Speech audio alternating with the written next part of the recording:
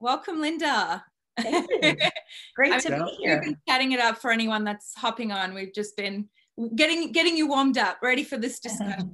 I think we're going to have a lot to talk about today. That's right. So Linda, you're out of Austin, right? Yes, Austin, Texas. And it's a very rainy day. You might hear some thunder in the background. I'm jealous. I love thunderstorms. It's like my favorite thing. Just watching the lightning and I love it. Sitting on a couch, reading a book. Yeah, definitely don't want to be outside when there's lightning, Exactly. Yeah, I'm in the mountains, and so when the thunder and lightning go off, I mean it's so loud and it just booms.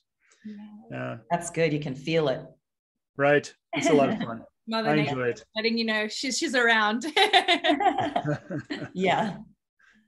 All right, we have some of our longtime listeners joining. Good morning, Daniel, or good afternoon, depending on where you're at. I think Daniel's in the Phoenix area. Yeah. And then we have Jackson. Jackson is one of our interns in our internship program, and so it's great to have him on our team. So. Oh, welcome joining as well.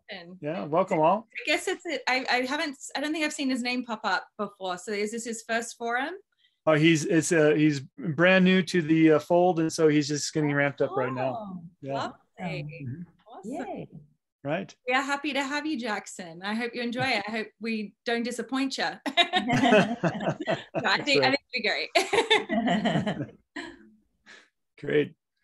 So so the talking about Austin, I mean, I know Austin's rapidly growing right now, right? There's a bunch of companies moving in.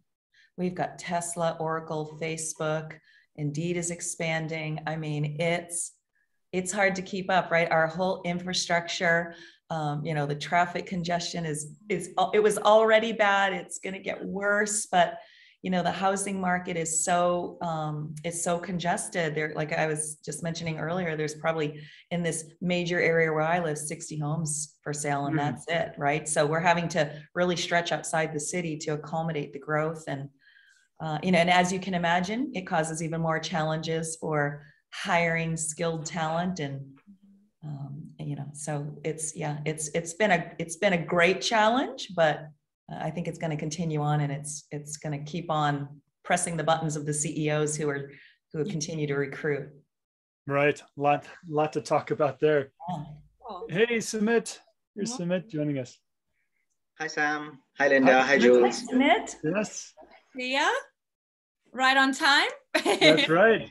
All right, we're about to start, so let's go ahead and kick things off. I'm going to share my screen, and Jules, if you will kick us off here. I would love to. All right. Well, good morning, everyone. Welcome to yet another People Strategies Forum. We are so happy to have you all here with us today. We've just been getting our speaker warmed up. We are going to be chatting about retaining and engaging your employees using our career path. So I will introduce our speaker in just a moment, but I know that there's some first timers here today. So we'll get them kind of in the mix and knowing what we do here. So we get together every week, and you can really think of the People Strategies Forum as a mastermind of leaders, and we're dedicated to creating workplaces where people will thrive, employers reward, and customers love. So that's why each and every week we have a different speaker, we cover different topics, and we don't want to just talk at you. That's a bit boring, we know. So if you have any questions, comments, feedback, go ahead and write it in the chat box. Make sure to address it to all attendees and all panelists and all attendees so that everyone can see it. Because I've said it before, if you just write all panelists, it looks like we're talking to ourselves and we look a little crazy. So just all attendees. And my name is Jules. So I help to host the forum, and I will be looking for your questions in the chat. If you do also have any questions, but you're coming to us on some other platform outside of Zoom, do leave those for us, because we'll get to those after the session today. Now, the rest of my panel here, Shah unfortunately isn't able to join us, but she is a regular host here on our panel, but she'll be back next week. She's in the middle of her move. We also have Sumit joining us, and Sumit is an HR and talent management expert with well over 16 years of experience consulting with some of the world's biggest companies, including Accenture and Deloitte. And we also have Sam, who is the founder and CEO of CompTeam. He is a global certified compensation consultant, and he helps companies restructure their compensation programs, their talent initiatives. And he's the reason why we're here each and every week. So he brings us this forum.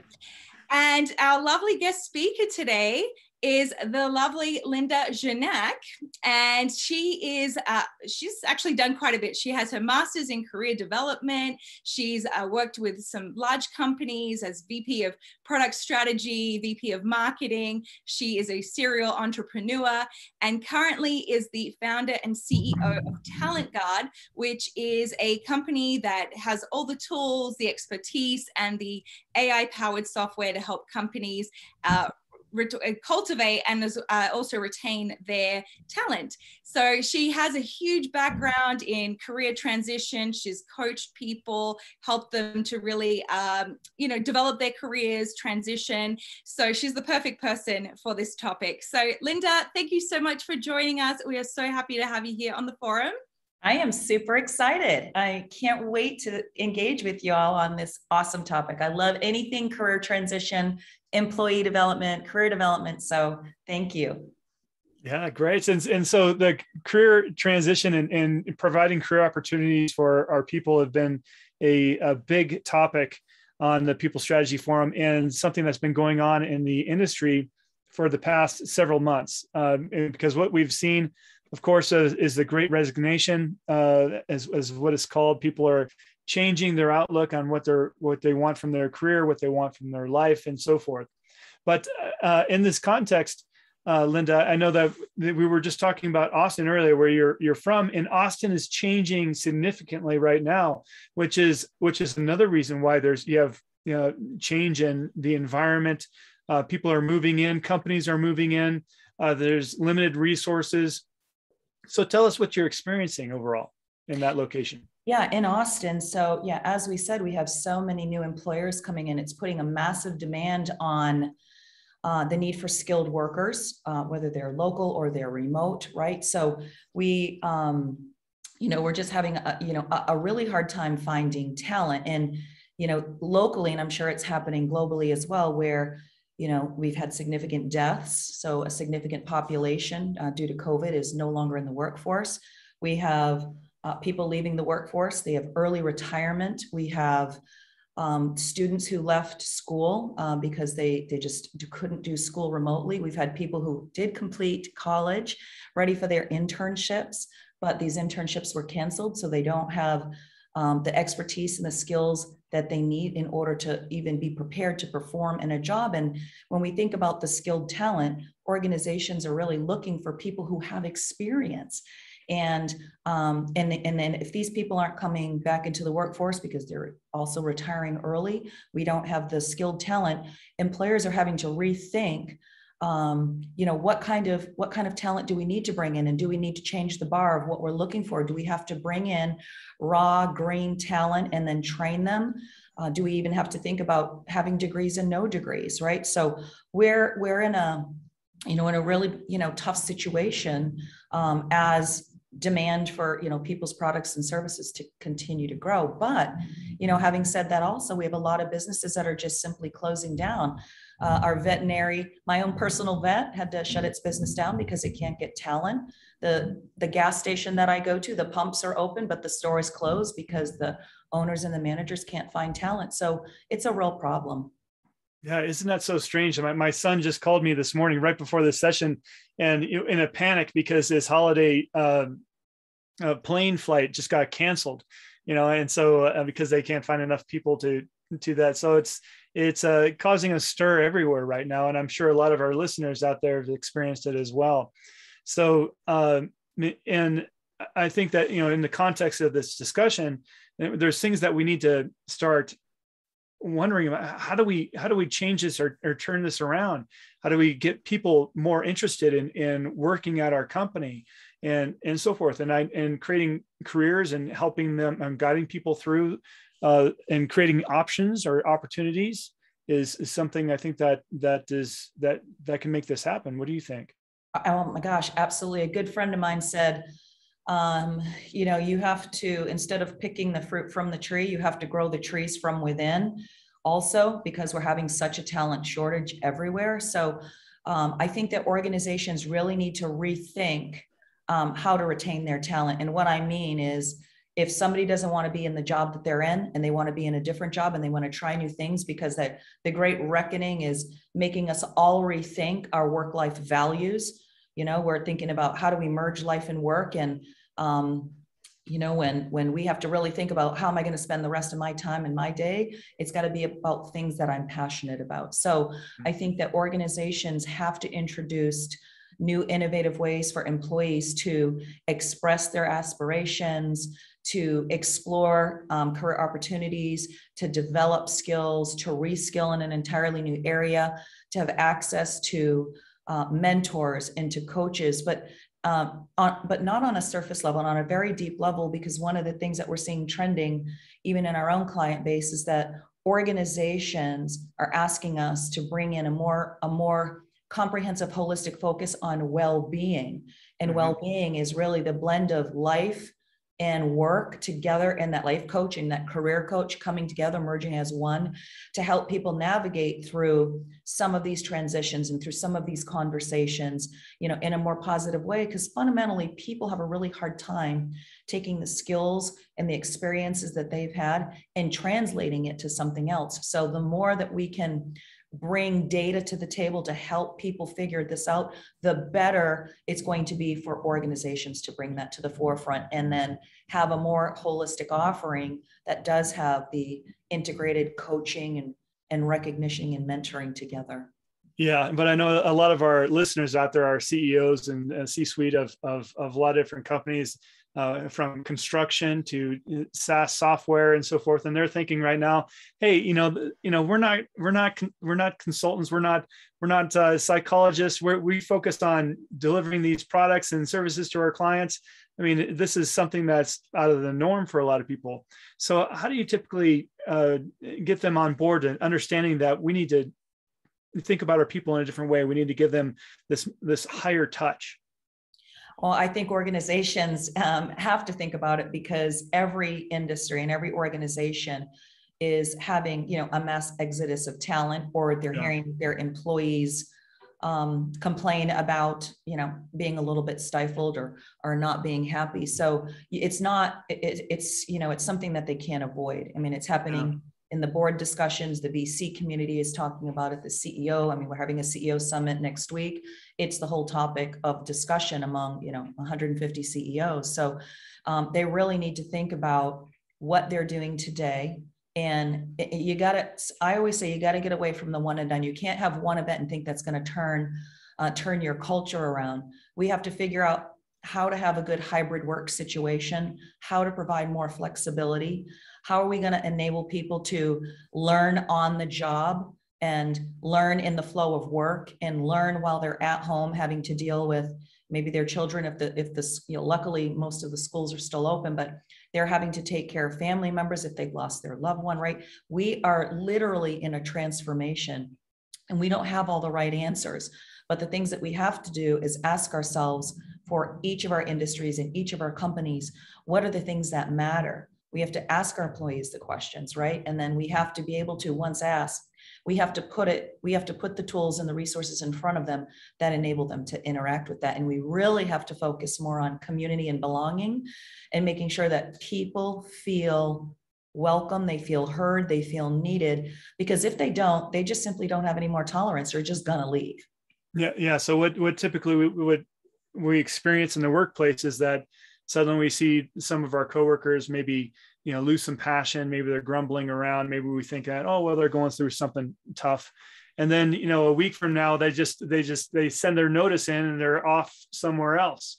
Right. Mm-hmm. So I think that's an important lesson for leaders and managers out there is to first ask those questions, right? Say, dig a little deeper. In places where we really haven't ventured before, and a person's, hey, I understand that you're upset today. I mean, what is going on? I mean, is there something we can do? Is there something that's that is irritating you around the work site or the company that we can change and open that dialogue before it turns into something that's much worse, right? Absolutely.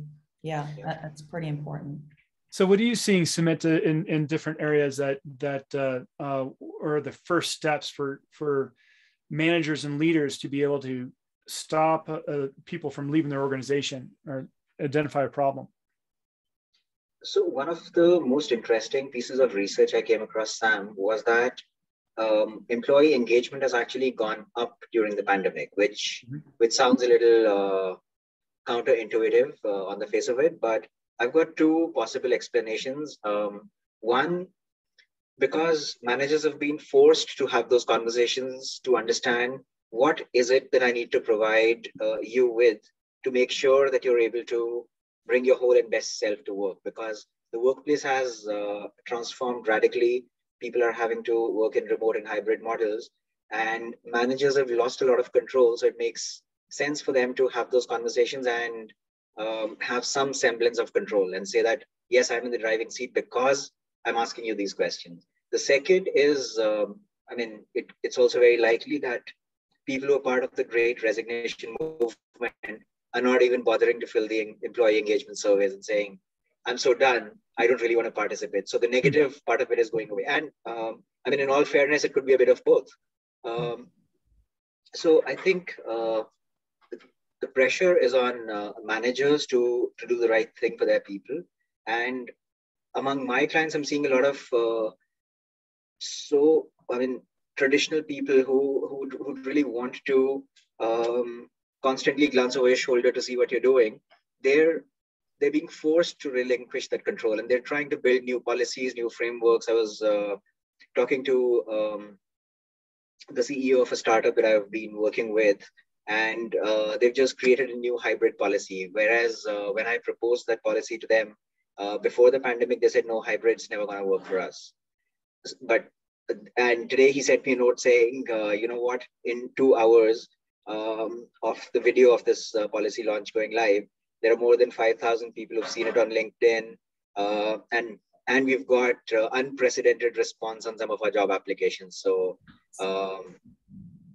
I think it's there for all to see that if you're willing to just do the first step, which is listen to your people, see what do they require, and then start providing it to them, you can definitely beat the Great Resignation or the Great Reckoning or the Great whatever we want to call the event.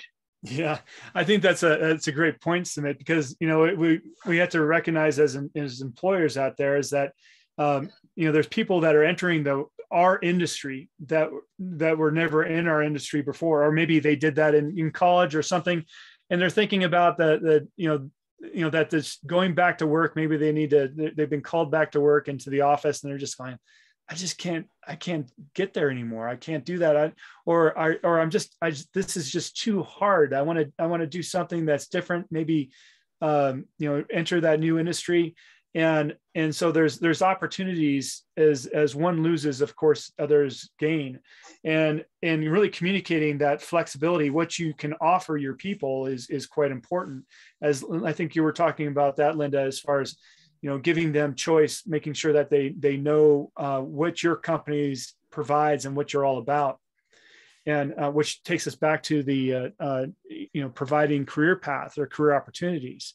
And so what are the first steps that you help your clients move towards this direction, Linda?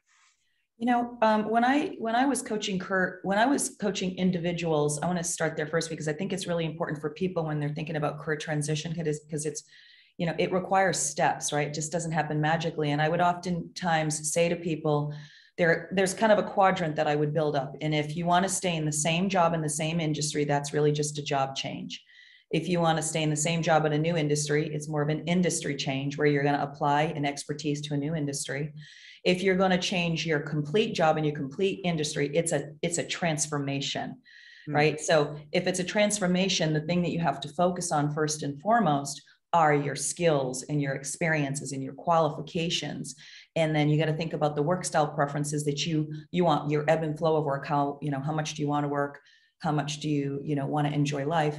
And then I would get people to really think about that first. And so when we go into an engagement, even in an organization, and we do a lot of midsize and enterprise, when I'm talking to the HR teams, I'm describing this concept because sometimes they don't think that a career transition can happen internally when they have multiple individual business units, right? Sometimes employees have to leave, get hired back in through a different HR team for the same company in a different business unit. So helping organizations understand that there is a marketplace internally, and that marketplace allows people to have job changes. It allows them to change industry focus. It allows them to have transformations.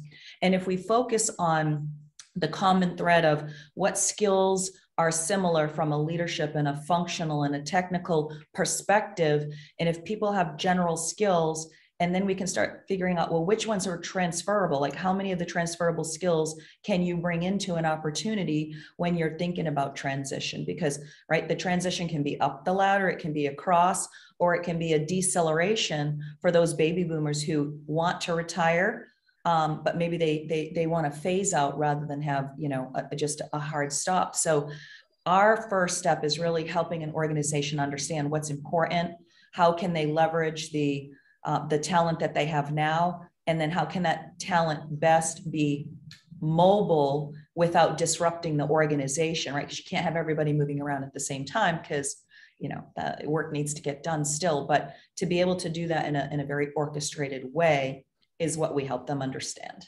Mm-hmm. And then we build them all, and then we build all those career paths out with our AI engine, which makes it really easy because the HR team's so overwhelmed, they don't have time for anything, right? So it has to be simple to set up, simple to deploy.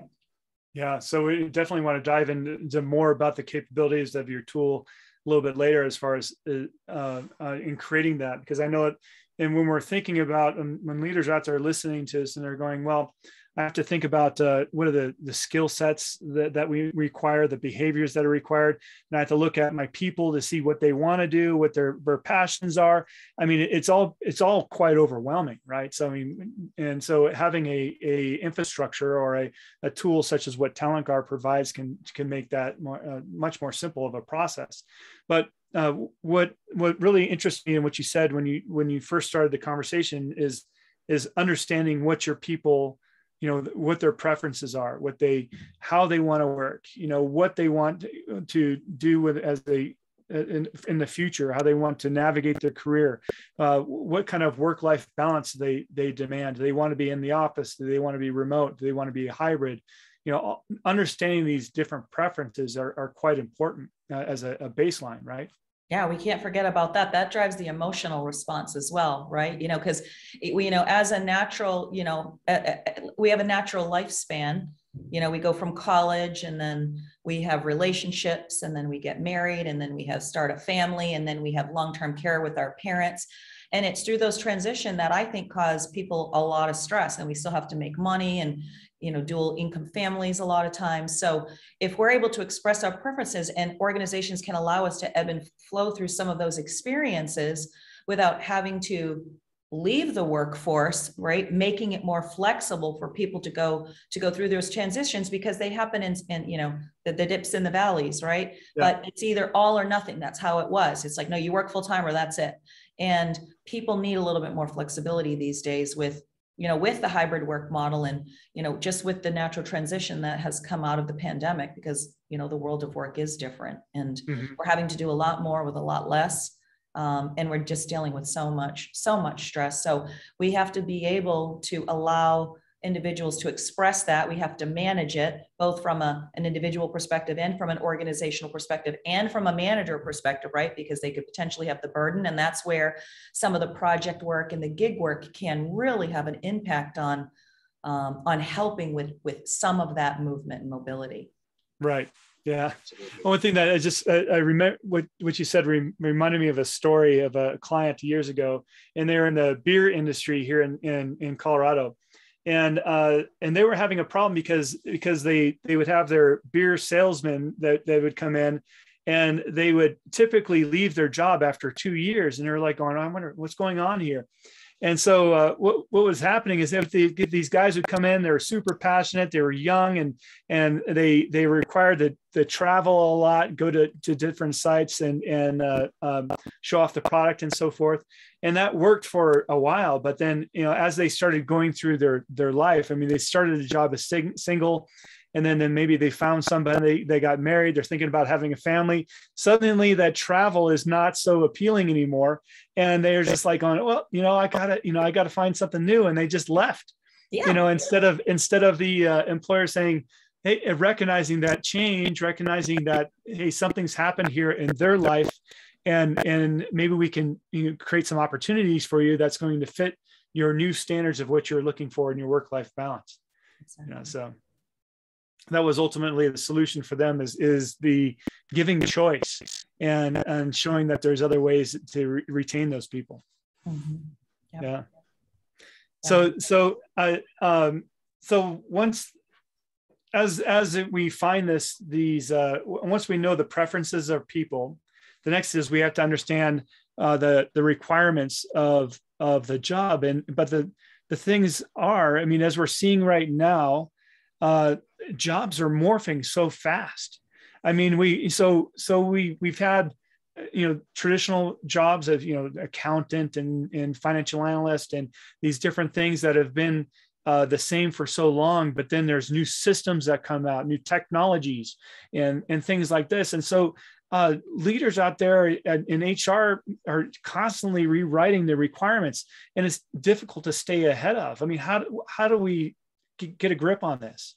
Oh my gosh, that's one of the biggest challenges that we saw during COVID. And we actually made a pivot because of that, because our system, originally we're like, okay, we're going to build these job models, these career architectures, and we're going to do it through consulting. And, it would take, 12 to 18 months, and no one wants to wait that long to, realize benefit of software. So we introduced something called the Intelligent Role Studio that is built on AI and extremely dynamic. And we have our own taxonomy and our own data, but then we have to fuel that and hydrate that with external data from MZ and ONET and Burning Glass. And, you have to keep these coming in, and you have to constantly hydrate the job roles and then inform our clients of what's changing, how it's changing, how rapidly, so that they know when they're recruiting, when they're leveling up, when they're reskilling. And that was a huge introduction of technology that we brought. And it's like one of our most coveted products with consultants and these organizations, because we took about 95% of the effort out of HR and having to do that manual process and letting the machine work for it. And then it learns over time and gets better for the whole population of customers, because no one has time to keep up with that. No one. I mean, people are updating job descriptions maybe once a year, maybe once every 2 years, and that is just not enough anymore. That is super impressive. Let's dive into that a little bit more for our listeners out there. About you mentioned about a bunch of sources, ONET and so forth. Can you tell us where are you getting this information, or your systems are reaching into these different databases and are basically updating the job requirements? Awesome. Yeah. So we have a full taxonomy that we've built out, and we continue to hydrate. It has 19 different verticals, and it has skills and job descriptions and learning and coaching tips and all of that. And so we have our own base where we have an OD team that keeps that up to date. And then we have APIs into MZ and Burning Glass and ONET, and we're bringing in all that data into our warehouse. And then we're looking at it from a skills perspective. We're looking at it from a job title harmonization perspective. And then we're looking at how those two combine together to build out relevant current job data that trends, and we hydrate it monthly, so that we can see, what is trending up, what is trending down, what skills should be sunsetted, what's no longer important.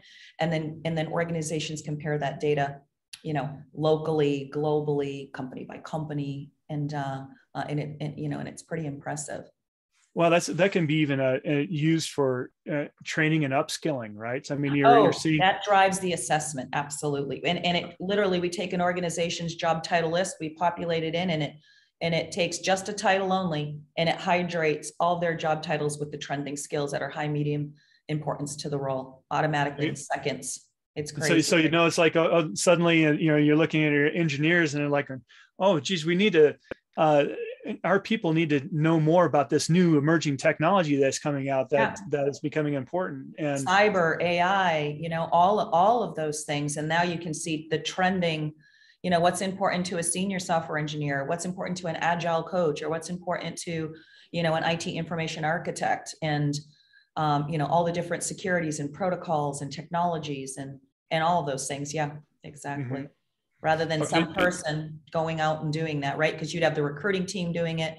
You'd have the comp team building the job architecture, which gets handed off to the OD team to build the career architecture.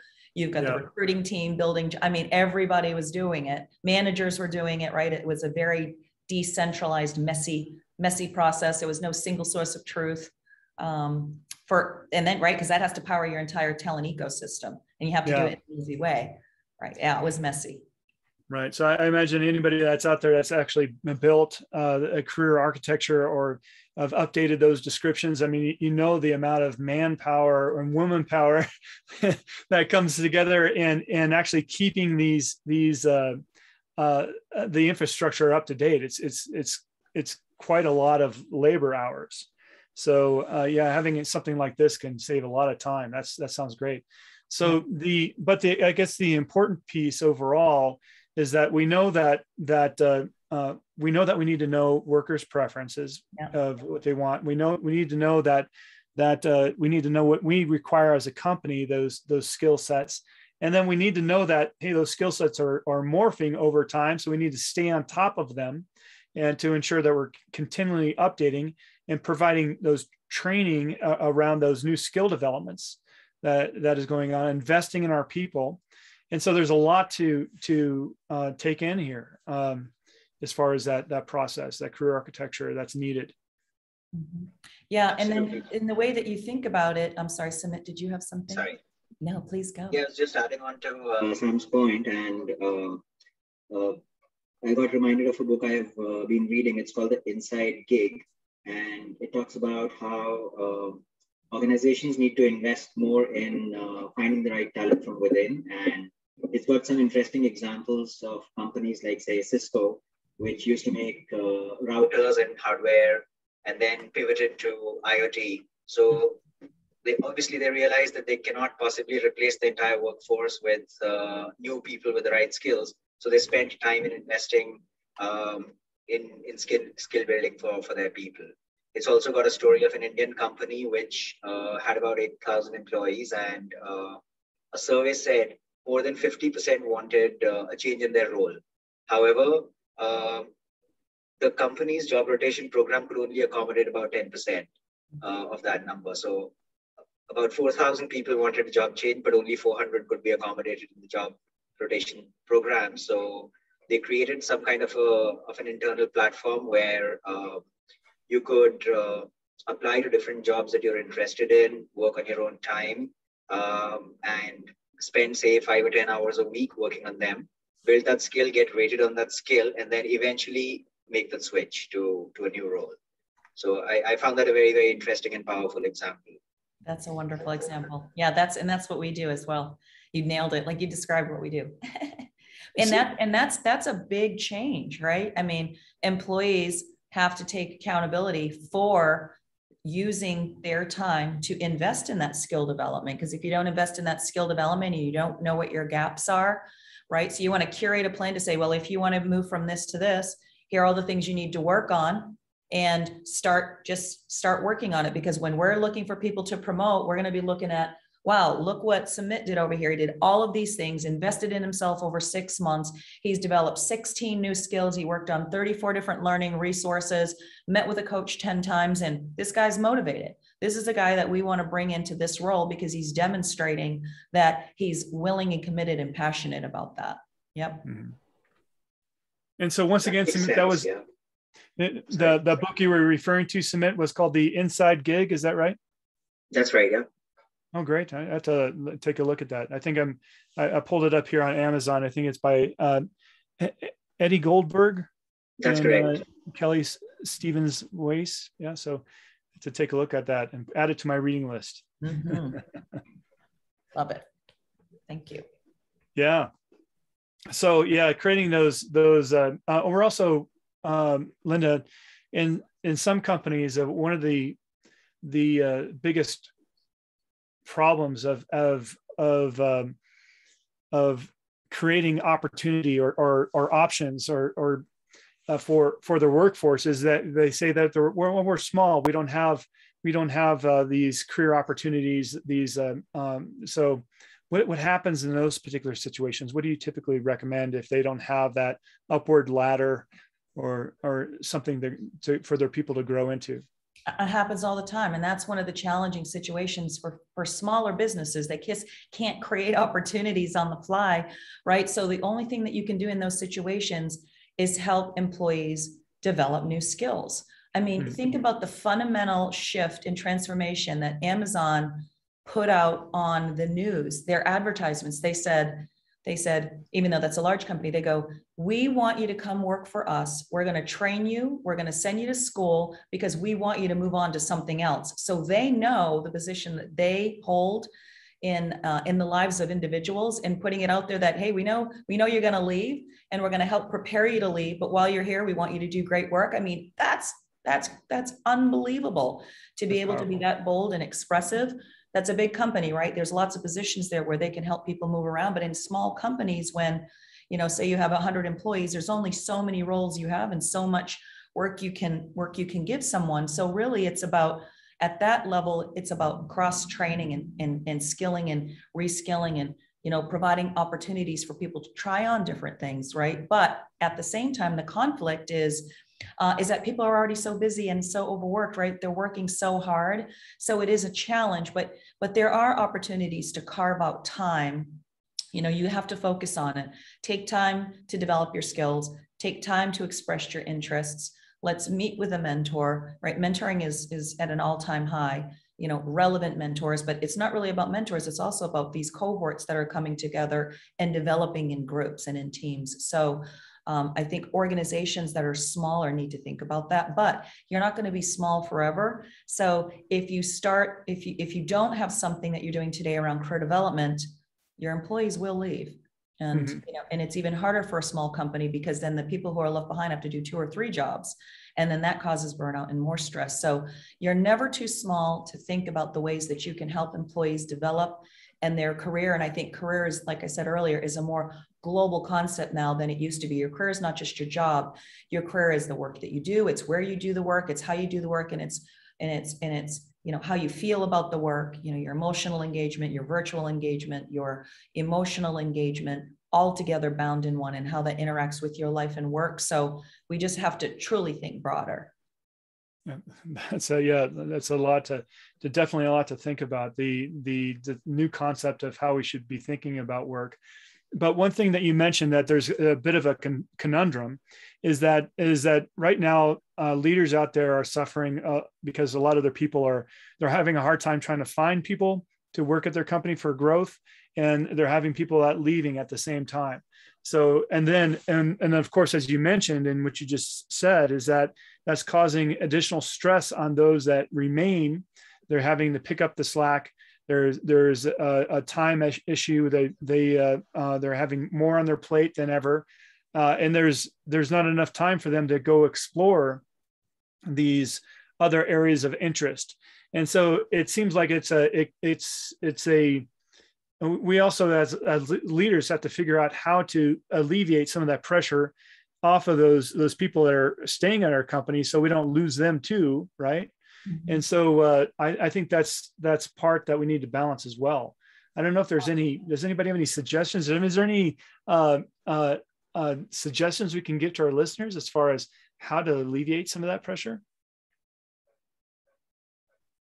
It's a tough one, right? I think Jules had a good point earlier when we were talking in the discussion, when, employers, even and myself included, when we're putting our job specs out there, we want people because we need skilled talent. We need a master's degree and we need 5 years of experience. And I think that even for myself, I'm having to rethink, okay, what do I really need? Well, I really want great talent. I want motivated talent. I want smart talent. I want passionate talent. And even the company before, PC Order Trilogy, that I was at, we hired really smart people without experience, and we did really well, right? We had an IPO with that organization. So I'm even thinking, okay, maybe we get bright, energetic students that can come in, and we're going to have to train them from the ground up. So teach them the fundamentals, teach them our way, teach them our culture, and make those significant investments, even though it's really hard to train people who don't have any experience. I think for me personally,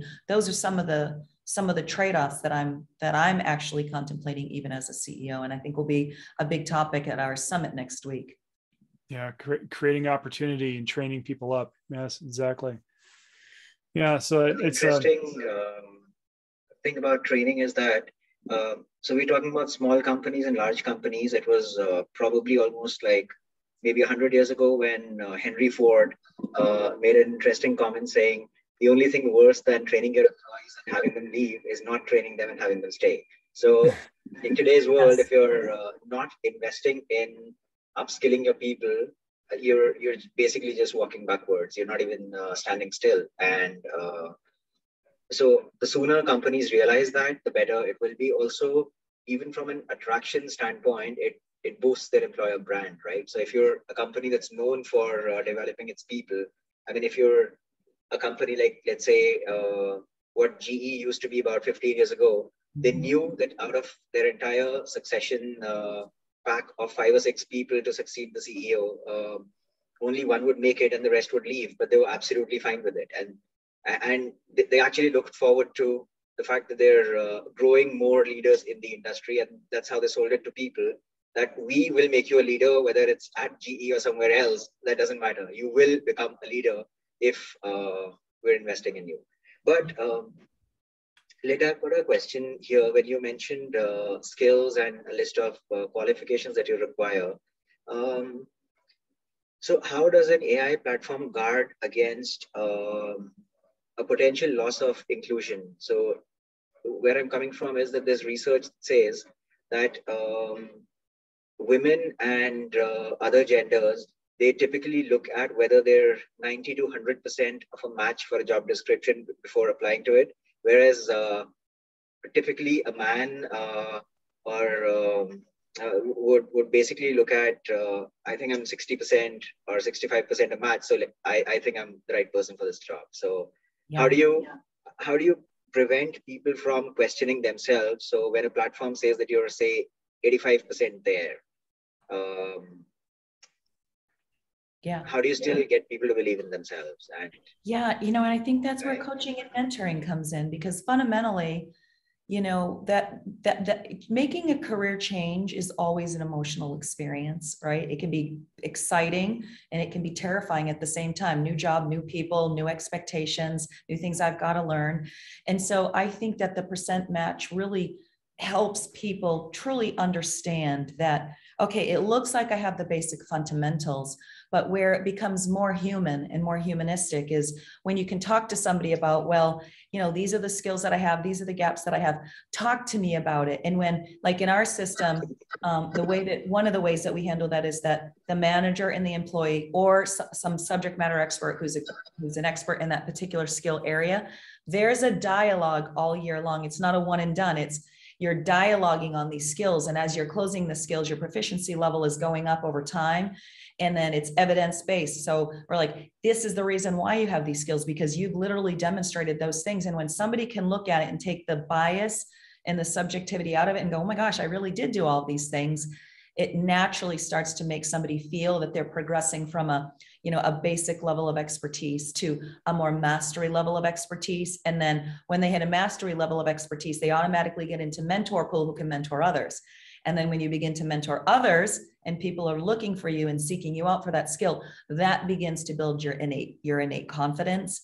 And then you complement that with a mentor who has those mastery skills and they're saying, you are good and here's why. It reinforces, the message that, okay, I can do this, right? Perfect, makes sense. Thank you. Yeah. Right. Another thing is, and I know that you're using AI in your tool, Linda, and we're going to be dealing more with AI as we evolve in the workplace and so forth. And I think that the important thing is and especially what you were talking about in the context of diversity and inclusion, Sumit, is that when we're dealing with AI, we're still accountable, even if we have these fancy tools that are providing us guidance or recommendations.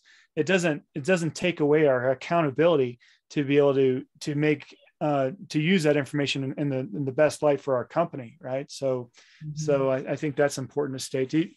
Where do you think the future of AI is going in your area, Linda? Yeah, that's just such a loaded topic, because AI and machine learning is so broad and so big. But I think AI and ML play an amazing place in kind of the robotics and the mechanics of things that are repetitive tasks, right? Helping streamline the process. But I also, and we got to be careful, right? Because Talent Guard is responsible AI, and we define exactly what that means and how it impacts the business and the benefits gained from it. But let me give you an example. So let's say that people are transitioning like along the career path. We're watching who's transitioning from an age, an ethnicity, a diversity, all those mechanics in the background. And then when we're serving up the dashboards, we're saying, hey, here's what's happening. Here are the people that are moving. Here are the people that are expressing interest in career paths. And then when they're in a talent pool, here's the time in the talent pool. Here's what the diversity of the talent pool, who's actually landing in that position. And then we're serving up here where some bottlenecks might be. We're not making recommendations what you should do, but we're making informative decisions. Like here, you might have a bottleneck here. Here's where you need to think with your diversity and inclusion team, that you need to think about, how do we re-message? How do we have better programs? What are the ways can we either change the role or change the makeup of the succession pool to begin enabling those transitions? And then how do we take the successes that we have and then distribute that people that are diverse are moving forward? And here's why, and using that as testimonials to catapult it forward. So having the what's going on in the organization and being able to make sense of it is where Talent Guard plays, but then taking the actual actions is a really more strategic leadership, HR driven initiative in the form of a program to change the data that we're seeing. But just having the data is the first step, knowing what's going on. That sounds fascinating. Being able to use that information to actually create opportunity for people and groups that are underrepresented. So yeah, and I think that all comes down to what you were saying, Linda, as far as we're thinking of jobs. In the past, we thought of jobs in a traditional sense of this is what that job does. And now we're thinking of it, hey, we need to think about this in more of the skills or talents that are required. And we can craft certain positions to create opportunity for those that may not have had the opportunity to learn that particular talent. And so they can develop it on the job later on. So very skills driven, very experience driven, qualification driven, preference driven, right? If you think about the traits of people and jobs versus jobs themselves and what needs to get done and what are the people that have the skills to do the work, we can begin to evolve that future of work model. Great. So we are arriving here towards the top of the hour. And so if you have some questions, please put them in the chat. If you're on one of our other platforms, such as Facebook or LinkedIn or all the other places where we multi-stream, feel free to leave your questions there as well. We can get them to them after the session. But as you're doing that, I'm going to bring up our sponsor, and which is TMA. Of course, the TMA method is an assessment where managers can reach out to their people and give them this assessment to learn more about their talents and their drives and what they're passionate about. It's basically a communication tool that you can use to get to know your people better. So the TMA is used internationally, globally, across the world by a bunch of different industries. So it's well tested. And so if you'd like to learn more about the TMA method and maybe take an assessment yourself, please feel free to reach out to me at any time. Also, I want to bring in light our next week's speaker. We're going to be having our guest, Dina Samuels on. Dina Samuels is an expert in diversity and inclusion. And we're going to be talking about inclusion in the holidays. It's a very timely topic as companies are, we have a variety of different people that we're interfacing with now in different ethnicities and from different countries as we've opened up our arms to a more global workforce. And so the one thing is especially we want to do as employers is recognize the different traditions and of these different cultures, and think about that as we enter into the holiday season, so that we make each and every one of our people feel as special as they are. So Dina will help guide us through that conversation. So I'm looking forward to that a lot.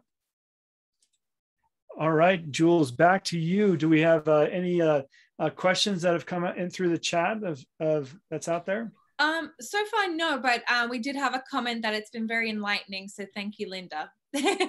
So getting some good feedback. Awesome, good. But we have a bit of time, so if we want to touch on any other topics, and if anyone does have any last minute questions, don't be shy, put them in there. We'll get them answered for you. Mm-hmm. So Linda, can you tell us a little bit about Talent Guard and how basically what was the how did you come about in developing this particular software? And I know that you have a deep background in career architecture and so forth, but what was the drive and what is the potential? What is the problem that you're trying to solve with this particular piece of this tool? Yeah. Oh, great question. I love that story. I love the story that I tell because it really comes down to people. So I had started a career transition coaching consulting practice after my last software startup. And I'm like, oh, I need a break. And so I wanted to do something a little bit different. And it was during the dot-com bust. And a lot of people needed help, in career transition because, they just didn't understand what they wanted to do. So I started that business and I was working one-on-one with people. And the real bottleneck that I saw is people just didn't know how to transform what they were doing to something completely different and something completely new. So that's where I started to get involved in, well, how am I going to help these individuals realize their passions and dreams if they can't realize it themselves? So this is where I began to create some of the competency models and some basic skills assessment on paper in Excel. And then one after another, I was doing it. And then as these people were making transitions, some of these ended up being HR professionals. They're like, oh my God, you got to come into my company and do it as a workshop. And so then I would do it as a workshop, all these career development, conversations. And then that evolved to, can you build us a career framework and a career path architecture? And I did that a couple of times. And after a few times of doing this on paper and PowerPoint, I thought, oh my gosh, there's got to be software out there. And I scoured the industry and I could not find a thing. There was performance that was real popular at the time, performance management, but I could not find anything on building a career architecture and maintaining it and, having this career path module. And so, we ended up building a platform, starting with career pathing and succession, and then over time, performance and certification tracking, all the things that would touch your career. And then the last product we introduced was the Intelligent Role Studio, which helps us greatly facilitate the velocity of our deployments and completely eliminates the stress on HR. And then, so that's just how it evolved. We introduced our software in 2014-ish with a few first clients, and then we've been growing it ever since globally. That's great. So if passion of people. Yeah, perfect. So for our listeners out there that would like to know more and learn more about your product, what's the best way to get a hold of you? I would say visit the website, talentguard.com. You can also connect with me on LinkedIn, Linda Janak, and you can message me there. I respond to most of the messages that, unless they're advertisements that they post on LinkedIn. And we have an info account, info@talentguard.com. And then happy to answer any questions that you have after this about career transition. Great. All right. Well, thank you so much, Linda, for all your expertise that you brought. It's been a great conversation. I really appreciate your time. My pleasure. I love being here. Yeah. I just put the website in, so if anyone wants to get in touch with Linda, it's right there. You can just click it. It'll take you right there. So easy. Awesome. Thanks, Jules. All right. Perfect. Well, thank you so much, everyone. And it's been a great conversation, and we'll see you next week on the People Strategy Forum. Yes. Thank you so much, Linda. This Thank was you, Linda. awesome. Thank Thanks, you. everyone. Good meeting you. Bye. Thanks, Bye. everyone. See you next week.